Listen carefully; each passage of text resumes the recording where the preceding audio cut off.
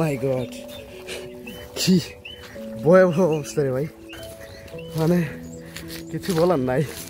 আমার ভিউয়ার্সরা আমার ভিডিওটা দেখবে আর হাসবে যে চোদনের নাম বাবাজি, বাড়ির যা ঠেলা বুঝতেছে। এখন আসলে ঠেলা বোঝার কিছুই নাই, বাড়ির কাজ করতে হবে, এটাই স্বাভাবিক। নিজের কাজ নিজে না করলে হবে না।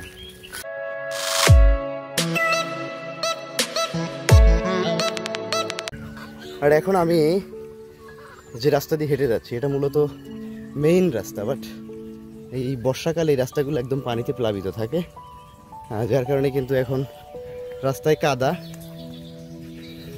পানি চলে যাওয়ার পর রাস্তাটা শুকালে এখান দিয়ে অসংখ্য মানুষ এবং গাড়ি চলাচল করবে। এখানে কোনো বাড়িঘর ছিল না, আজ থেকে 2-3 বছর আগেও কিন্তু এখানে কোনো বাড়িঘর ছিল না। এই বাড়িঘর রিসেন্ট করা হয়েছে, সম্প্রতি হয়তো 1-2 বছর হতে পারে।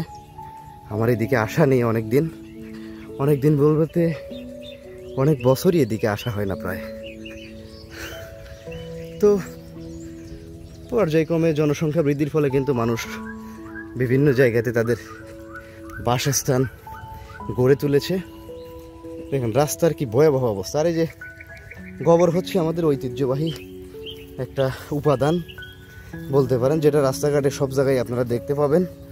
এতে আশ্চর্য হওয়ার কিছুই নাই। এই দেখেন রাস্তার উপর কত কস্তুরি দেখা যাচ্ছে, কস্তুরি ফুলগুলো অনেক সুন্দর লাগছে। বাট এই রাস্তা এখন পরিষ্কার করবো কে বলেন? এই রাস্তায় যেটাকে যাচ্ছি এখান দিয়ে, এটা কিন্তু একটা রাস্তা, মনে হচ্ছে এটা একটা ক্যানাল হয়ে গেছে, ক্যানেল, সরু নদী। আর পাশ দিয়ে মোটামুটি যাওয়া যাচ্ছে, কিন্তু দেখুন এখানে বাড়ি, দুপাশে বাড়ি করার ফলে মাঝখানে মনে হচ্ছে একটা সরু নদী।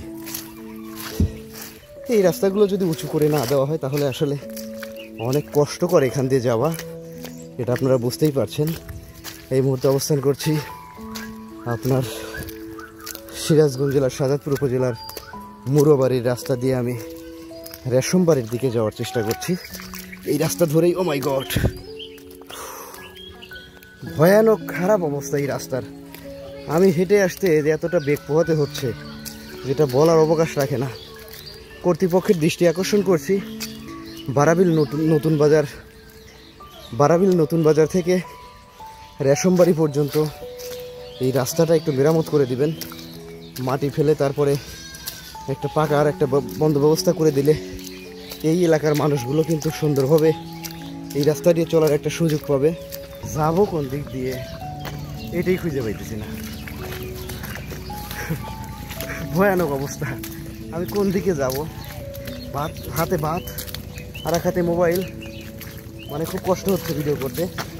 আর তারপরেও চেষ্টা করছি ভিডিওটা কন্টিনিউ করতে, কারণ নিজ এলাকা তো, নিজ এলাকার এই বেহাল দশা দেখে কার ভালো লাগে বলেন? তো চলুন দেখি আরও সামনের দিকে যাওয়া যায় কিনা। চরম দুর্গম পরিস্থিতির মধ্যে দিয়ে যাচ্ছি, আল্লাহ ভরসা। তো এই নৌকাগুলো দিয়ে মূলত এখন তারা মাছ ধরার কাজে এই নৌকাগুলো ব্যবহার করছে। আর এদিকে এই বাড়িগুলো আসলে ছিল না, আর রিসেন্ট হয়তো বা বাড়িগুলো তৈরি করা হয়েছে। এত জমি দিয়ে বাড়ি হয়ে গেছে, এদিকে কোনো বাড়িঘর ছিল না, বাট এখন অসংখ্য বাড়িঘর হয়ে গেছে।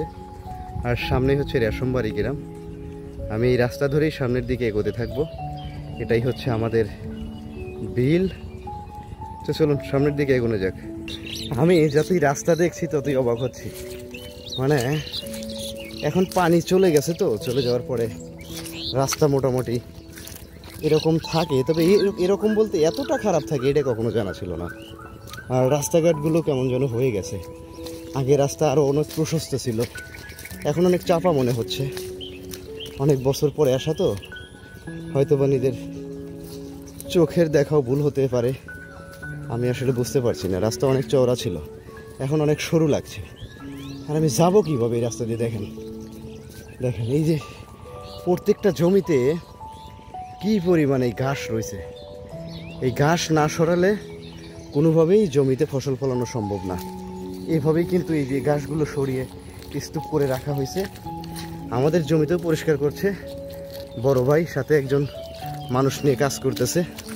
আর এই নৌকোগুলো দিয়ে মূলত মাছ শিকার করা হয়।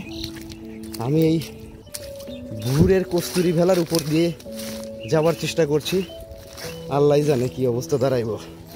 দেখেন,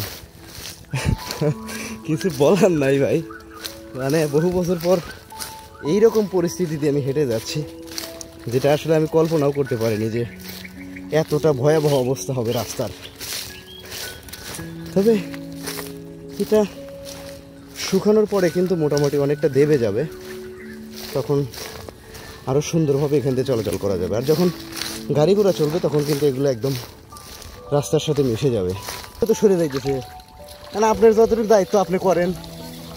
মাই গড, কি ভয়াবহ অবস্থা রে ভাই, মানে কিছু বলার নাই। আমার ভিউয়ার্সরা আমার ভিডিওটা দেখবে আর হাসবে যে চোদনের নাম বাবাজি, বাড়ির যা ঠেলা বুঝতেছে। এখন আসলে ঠেলা বোঝার কিছুই নাই, বাড়ির কাজ করতে হবে, এটাই স্বাভাবিক। নিজের কাজ নিজে না করলে হবে না। দেখেন মোটামুটি অনেকটা জায়গায় পরিষ্কার করে ফেলাইছে, দেখা যাক। ও ভাত ভাত এখানেই রাখি, তো ভাত নিয়ে না পালাম। আমার ভাই আরেকজন কাজ করতেছে, দেখেন জমি পরিষ্কারের কাজ করছে। তা আমিও সামনের দিকে এখন যাই, দেখি একটু কাজকর্ম করা যায় কিনা। কাজ না করে করে শরীরটারে একদম বসায় ফেলাইছি। এটাই হচ্ছে আমাদের রেশমবাড়ি যাওয়ার মূল রাস্তা, আর এটাই হচ্ছে আমাদের গ্রাম। অসম্ভব সুন্দর, যে আসলে বলার মতো ভাষা রাখি না। নিজের গ্রামটা সবসময় নিজের কাছে অনেক ভালো লাগে, অদ্ভুত সুন্দর লাগে। আর এই প্রকৃতিকে দেখানোর জন্যই আপনাদেরকে নিয়ে আসলাম। আমি এখন ক্ষেতের মাঝখানে যাব, গিয়ে কিছু আগাছা পরিষ্কার করব। প্রত্যেকটা মানুষও কিন্তু প্রত্যেকটা জমির এই আগাছাগুলো পরিষ্কার করার কাজে ব্যস্ত আছে, দেখুন। তো ভিউয়ার্স, ভিডিওটি কেমন লাগলো জানাতে ভুলবেন না। ভালো লাগলে লাইক, কমেন্ট, শেয়ার করে সঙ্গেই থাকবেন। ধন্যবাদ।